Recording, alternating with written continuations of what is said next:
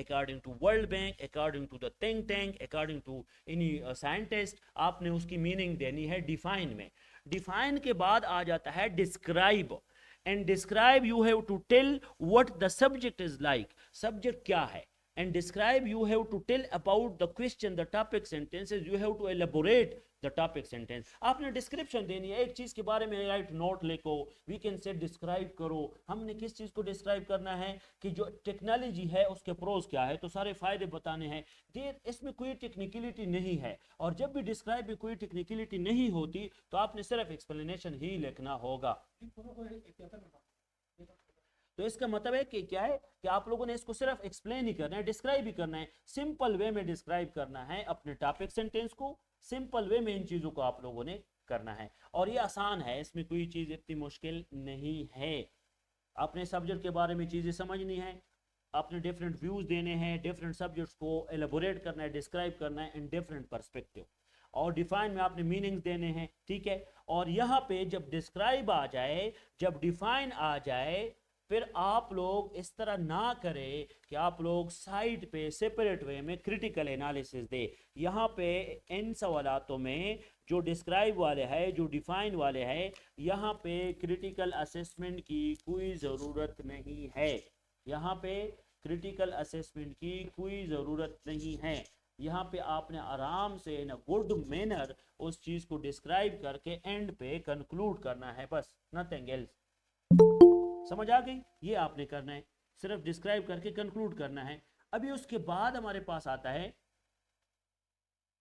जब आपके पास डिस्क्राइब आ गया, ठीक है, डिस्क्राइब के बाद हमारे पास डिफाइन भी हो गया, डिफाइन के बाद आर्ग्यू हो गया, एनालाइज भी हमने सीख लिया, फिर हमारे पास कंपेयर एंड कंट्रास्ट भी हो गया, और कंपेयर एंड कंट्रास्ट मैंने हेडर्स टेक्निक के बेस पे आपको समझाया। So we will move toward the next tell header, that is discuss.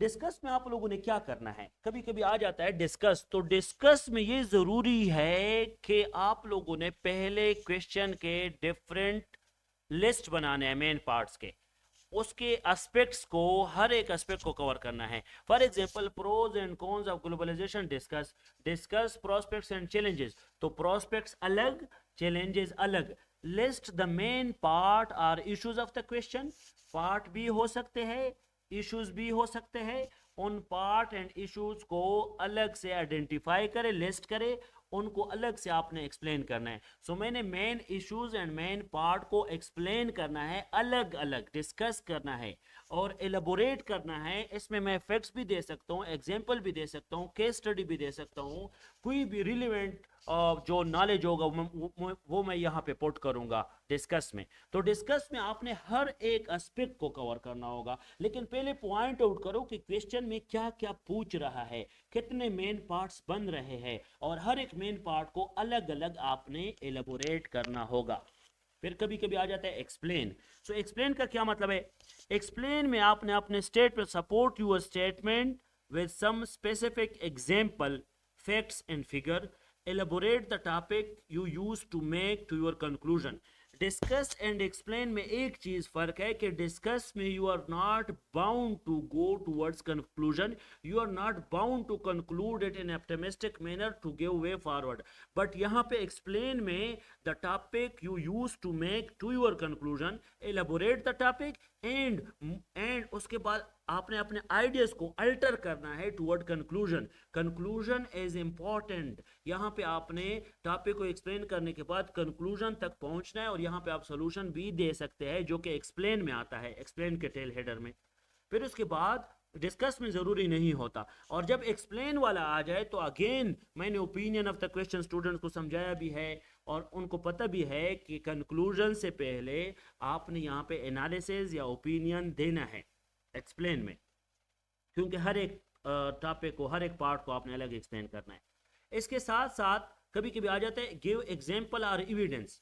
सो कभी कभी आ जाता है गिव एग्जांपल और एविडेंस। यहाँ पे एक चीज आप बाउंड है एक चीज में कि आपने हर एक फैक्ट के साथ, सॉरी हर एक हेडिंग को फैक्ट के साथ, हर एक सब हेडिंग को एग्जाम्पल के साथ, हर एक पॉइंट को एविडेंस के साथ एक्सप्लेन करना है। अगर मैं आपको कहूँ कि ज़कात से आजकल के मुआशी मसाइल का हल कैसे मुमकिन है, तो आपने मुझे इसकी जस्टिफिकेशन, एग्जाम्पल, एविडेंसेस देने हैं कि ज़कात की वजह से इन ये चीज़ें जो है ये टैकल हो रही है। इन चीज़ों को कवर टैकल करने के लिए फिर हम अपने आप को उसको माशरे में मसाइल का हल ज़कात की वजह से जस्टिफाई करते हैं through Quran and Sunnah, through various references, through various facts. So जब भी आपके पास गिव एग्जाम्पल और एविडेंस आ जाए तो आपने एविडेंस देना है, फैक्ट देना है, वो कोशिश करने है कि उस पॉइंट को अच्छी तरीके से एक वी कैन से जस्टिफाई करो। So back up your statement with example, evidence, facts or situation to make your point strong.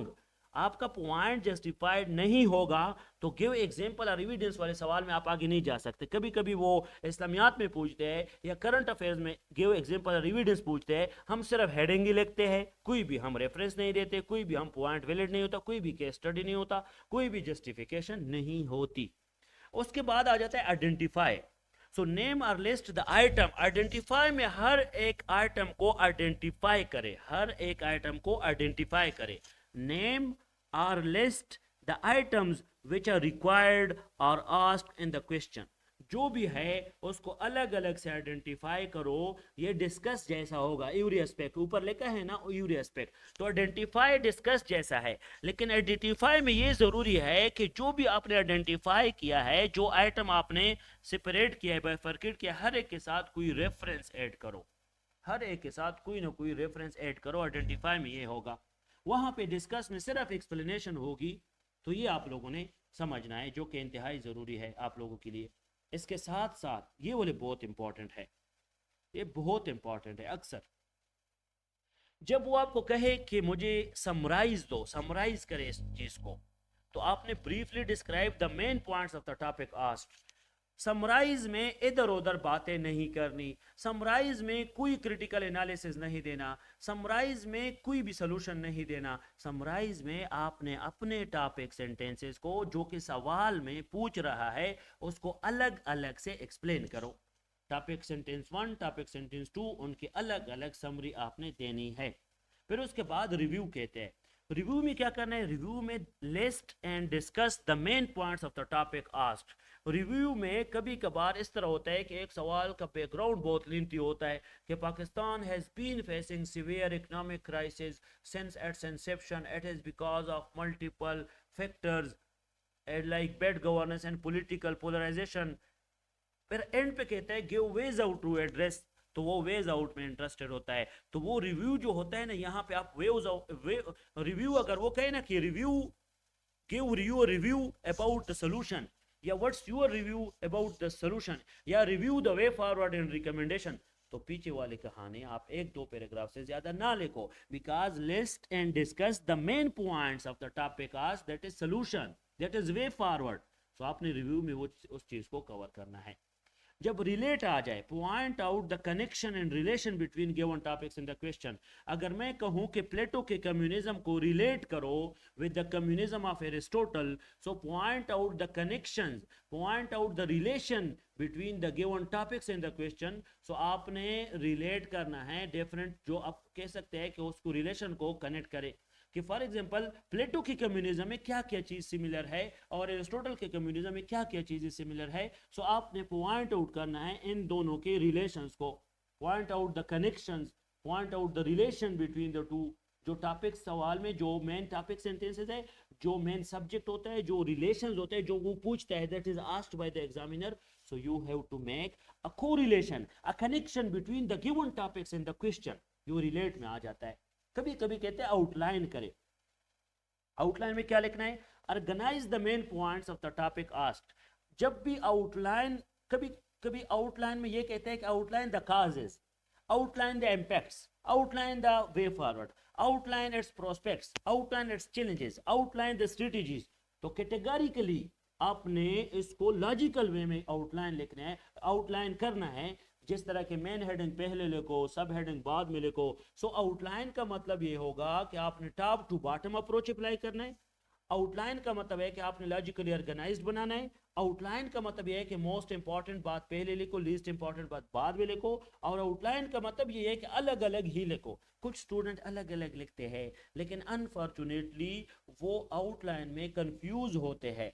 उनको पता नहीं होता कि मेन आइडिया पहले कौन सा है, लीस्ट इंपॉर्टेंट कौन सा है, फ्रॉम टॉप टू बॉटम उसको कैसे लिखे। और क्वेश्चन अटेम्प्ट करना ही सब कुछ है, ये बात माइंड में रखो। कंटेंट आपके पास ना भी हो ना, मेरा स्टूडेंट इतना कुछ लिखे कि आपकी सोच है, लेकिन अगर फिर भी आपके पास कंटेंट ही हो, इन चीज़ों का पता ना हो, डिकोडिंग का पता ना हो, प्रैक्टिस ना हो, ग्रे स्ट्रक्चर ना हो, टेल्स हेडर ना हो, टाइम मैनेजमेंट ना हो, तो ये तो फिर आप आगे नहीं जा सकते। और इन्हीं क्वेश्चन में तो मैं समझता हूँ कि इन्हीं क्वेश्चन अटेम्प्टिंग टेक्निक्स और इन क्वेश्चन को किस तरह टेकल करना है, मैक्सिमम स्कोर कैसे लेना है, 70-80 कैसे क्रॉस करना है, खुद सीखा है, खुद लिया भी है, और उनको फिर मैं कहता हूँ स्टूडेंट के साथ मैं शेयर करता हूँ। तो इसमें तो हमारी एक ऐसी ग्रेप है कि आप इससे फायदा ले सकते हैं। फिर अगर वो आ जाए indicate, so tell what you think about the subject, indicate and the topic and how you reach to the conclusion. जिस तरह की मैंने प्रीवियस स्लाइड में दो चीजें बताई, नंबर 1 एक्सप्लेन, और उससे पहले स्लाइड में मैंने आपको कहा कि ये वाला जो है अर्गू, अर्गू के बाद मैंने आपको कहा यहाँ पे जो फाइनली इन्होंने कहा इंडिकेट। तो इंडिकेट करने में आप दोबारा कंक्लूजन की तरफ जाओगे। Tell what you think about the subject और topic, how you reach to the conclusion. यहाँ पे थोड़े बहुत असेसमेंट करो, वे फॉरवर्ड दो, कंक्लूजन की तरफ यहाँ पे आपने जाना होगा, ठीक है। अगेन अगर मैं बात करूँ इलस्ट्रेट की, तो इलस्ट्रेट वाली बात इस तरह है जिस तरह प्रीवियस स्लाइड में मैंने आपको एक्सप्लेन की बात की। तो इलस्ट्रेट करो, एक्सप्लेन करो, सॉरी एक्सप्लेन नहीं, डिस्कस करो सिंपल वे में, या डिस्क्राइब करो। एक इलस्ट्रेट एंड डिस्क्राइब सेम होगा, लेकिन अगर एक्सप्लेन आ जाए, एक्सप्लेन को इंडिकेट के साथ लिखो। इंडिकेट में कंक्लूजन तक पहुंचना होता है, इलस्ट्रेट में जरूरी नहीं है, एक्सप्लेन में पहुंचना होता है, और वहां पे ऊपर जो लिखा है एक्सप्लेन से ऊपर है, डिस्कस में पहुंचना जरूरी नहीं है। समझ आ गई? ये थोड़ी चीजें रिलेट करो, फिर आसान हो जाएगा। इंडिकेट को कनेक्ट करें एक्सप्लेन के साथ, एक्सप्लेन यहाँ पे जो लिखा है, और जो यहाँ पे इलस्ट्रेट लिखा है उसको एक्सप्लेन करो किस चीज के साथ, ऊपर जो लिखा है डिस्कस के साथ। तो डिस्कस में जरूरत नहीं है कंक्लूजन तक पहुंचने के लिए, और यहाँ पे इलस्ट्रेट में जरूरत नहीं है, लेकिन इंडिकेट में और इंडिकेट से पहले आइडेंटिफाई यहाँ पे एक्सप्लेन में जरूरी है। उसके बाद अगर मैं चला जाऊं, ये बहुत इंपॉर्टेंट है, इसमें हम एंड पे जाते हैं, क्रिटिकल एनालिसिस इंपॉर्टेंट है, हर एक सवाल में आता है। आप लोग ये बात माइंड में रखें कि क्रिटिकल एनालिसिस क्या होता है और क्रिटिकल इवैल्यूएशन क्या होता है। Critical analysis is a qualitative analysis, quality आप देते हैं, आप स्ट्रेंथ्स बताते हैं, वीकनेसेस बताते हैं, इम्पैक्ट्स बताते हैं, एंड पे आप क्या करते हैं, वे फॉरवर्ड भी देते हैं। आप एक चीज के पॉजिटिव चीजें बताते हैं, फिर एक के नेगेटिव बताते हैं, फिर वे फॉरवर्ड देते हैं। तो स्ट्रेंथ, वीकनेसेस, इम्पैक्ट्स के बाद सोल्यूशन की तरफ जाने को क्रिटिकल एनालिसिस कहते हैं, और यही स्ट्रेंथ, वीकनेसेस, इम्पैक्ट्स की तरफ के बाद सोल्यूशन की तरफ जाने को क्रिटिकल इवैल्यूएशन भी कहते हैं। लेकिन क्रिटिकल एनालिसिस और क्रिटिकल इवैल्यूएशन में फिर फर्क क्या हुआ? Critical analysis is a qualitative analysis and critical evaluation is a quantitative analysis. जब क्वालिटेटिव की मैं बात करूं तो यहाँ पे facts and figure, factual analysis की जरूरत नहीं है। आप वैसे भी कोई एग्जांपल कोट करके आप अपनी एनालिसिस भी दे सकते हो, कोई क्वालिटी बेस होगी। लेकिन क्वांटिटेटिव में you are bound to give facts, figure, digits, फिर आप वहां पे क्रिटिकल इवैल्यूएट में वो बात करोगे। अगर मैं कहूं कि पोस्ट तालिबान रिजीम की वजह से टेररिज्म कितना आया, तो quantitative analysis means critical evaluate में बात करूं तो आपने मुझे बताना है इतने डेथ्स हो गए, ये राइज ऑफ इंसर्जेंसी, इतने इमिग्रेंट्स आए, ये सारे बता के एनालिसिस करनी है। लेकिन अगर मैं कहूं क्रिटिकल एनालाइज करो, फिर तो आराम से एनालिसिस करके क्वालिटेटिव वे में स्ट्रेंथ, वीकनेसेस एंड इम्पैक्ट्स बताने। फिर कभी कभी आ जाता है प्रोस्पेक्ट्स। प्रोस्पेक्ट का मतलब है फ्यूचरिस्टिक टच देना, फ्यूचर में उसके होप बताना। प्रोस्पेक्ट हमेशा के लिए होप की तरफ आपको लेके जाते हैं, आपने उसमें होप देने हैं, फ्यूचरिस्टिक टच देना है। जो चैलेंजेस है, जो हर्डल्स है, वो आप पहले फ्लो चार्ट में कहीं पे बता दे बेशक, लेकिन उसके बाद आप फ्यूचरिस्टिक टच दो, होप दो, पॉजिटिव वे में उसको लेके जाओ। लेकिन अगर मैं कहूं इम्प्लीकेशन, तो इम्प्लीकेशन दो किस्म के होते हैं, positive implication and negative implication. Positive implication means positive picture जो कि पॉजिटिव चेंज लेके आ सकता है। नेगेटिव इम्प्लीकेशन लीथल होता है, कैंसरस इफेक्ट्स होता है, जिसके रिपरकशंस होते हैं।